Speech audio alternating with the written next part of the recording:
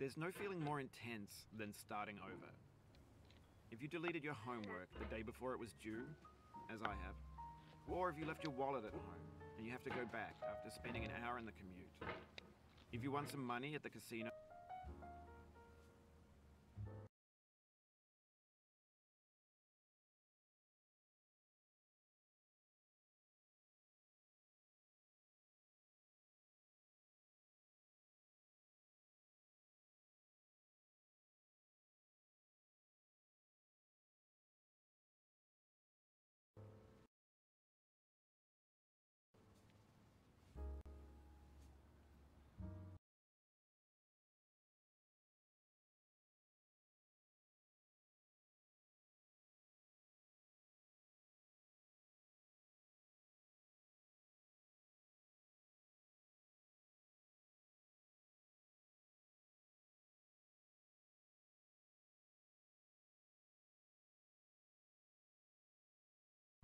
and then put all your winnings on red, but it came up black.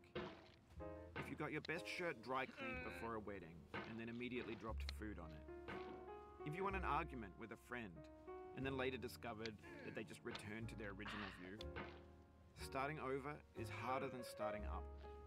If you're not ready for that, like if you've already had a bad day, then what you're about to go through might be too much. Feel free to go away and come back. I'll be here.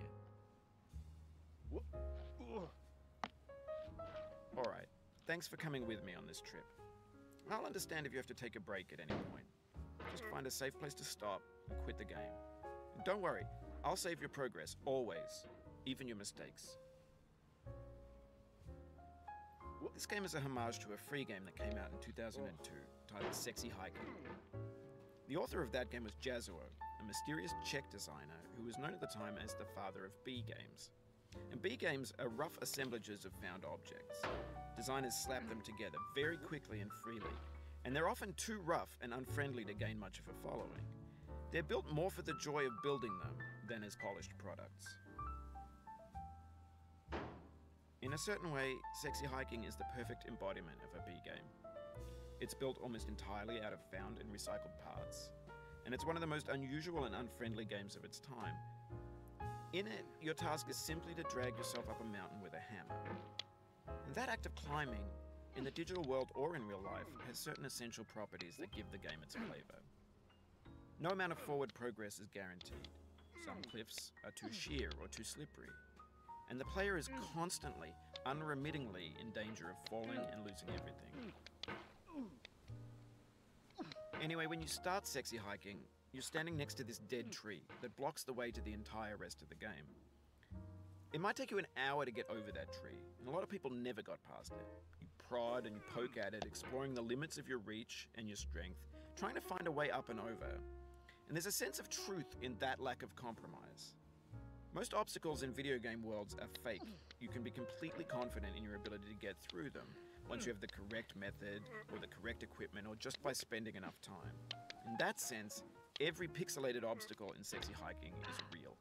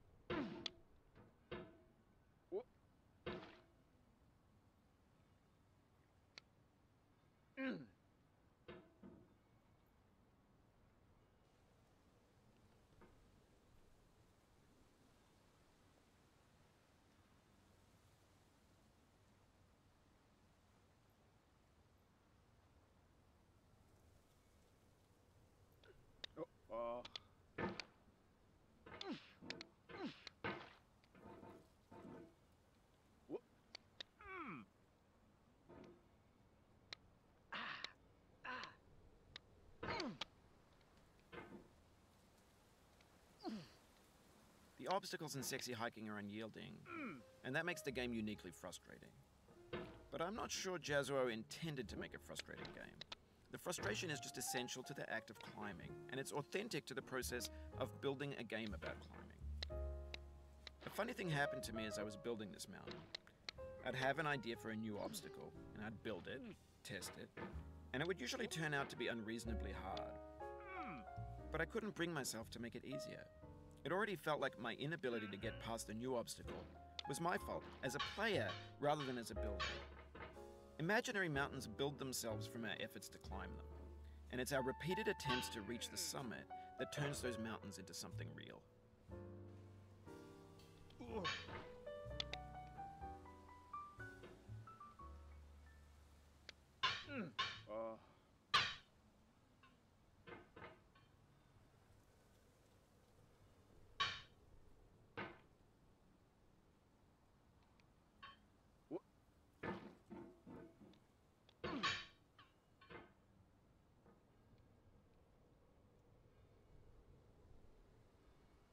When you're building a video game world, you're building with ideas. And that can be like working with quickset cement. You mold your ideas into a certain shape that can be played with, and in the process of playing with them, they begin to harden and set until they're immutable, like rock. And at that point, you can't change the world, not without breaking it into pieces and starting fresh with new ideas.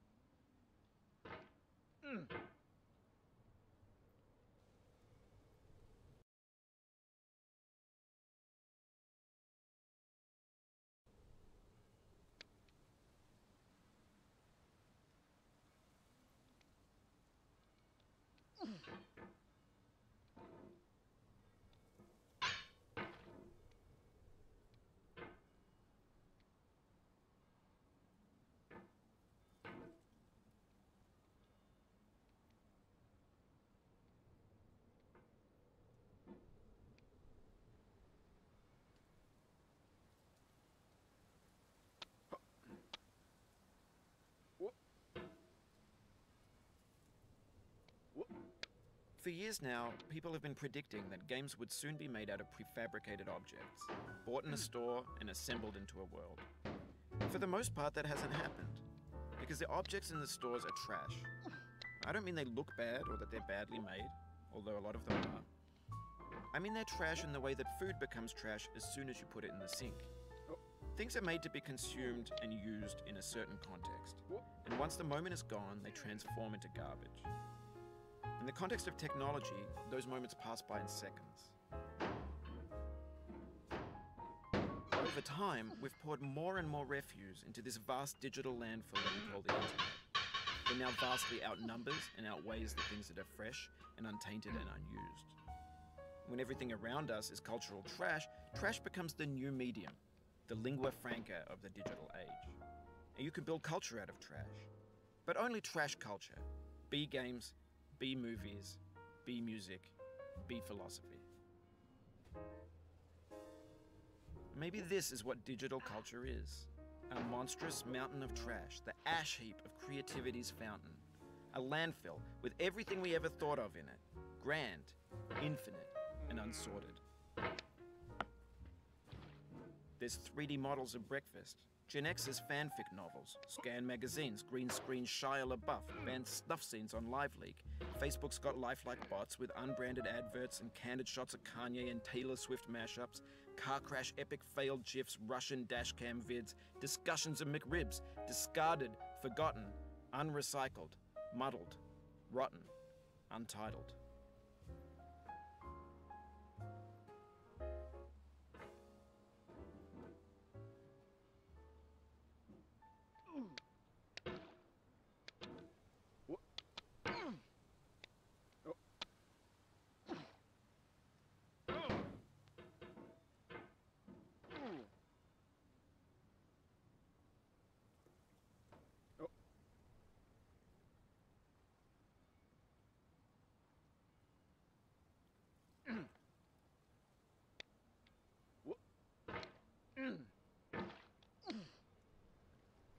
you just lost a lot of progress.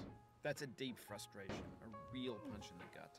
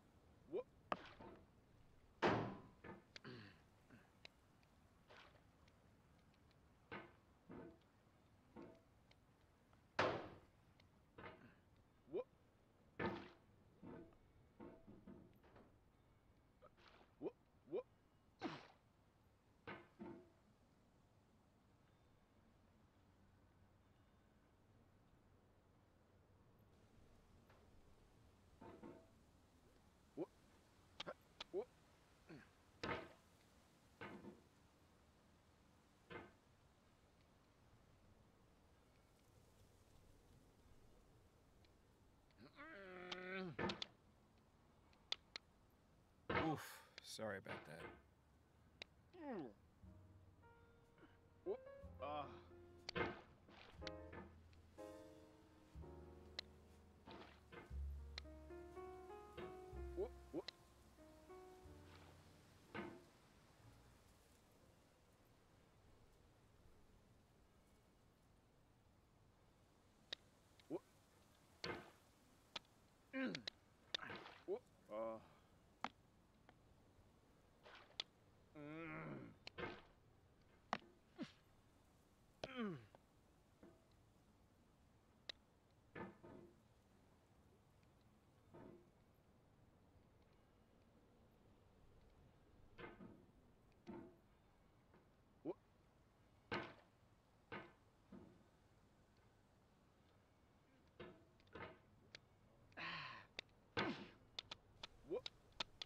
If I'm messing you up, you can mute me in the settings.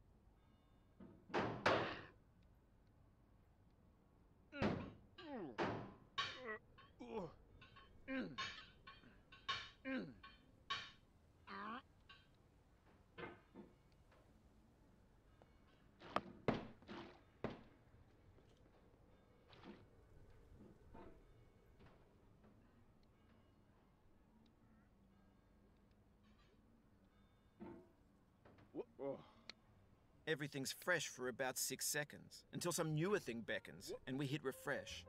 And there's years of persevering disappearing into the pile, out of style, out of sight.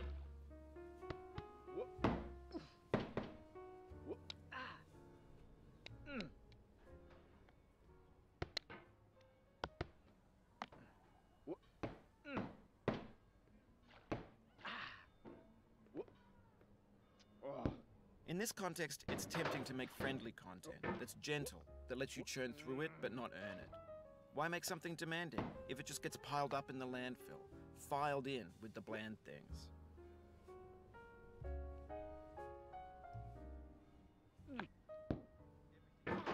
Oh, it happened again. Keep on trying, don't let it get to you.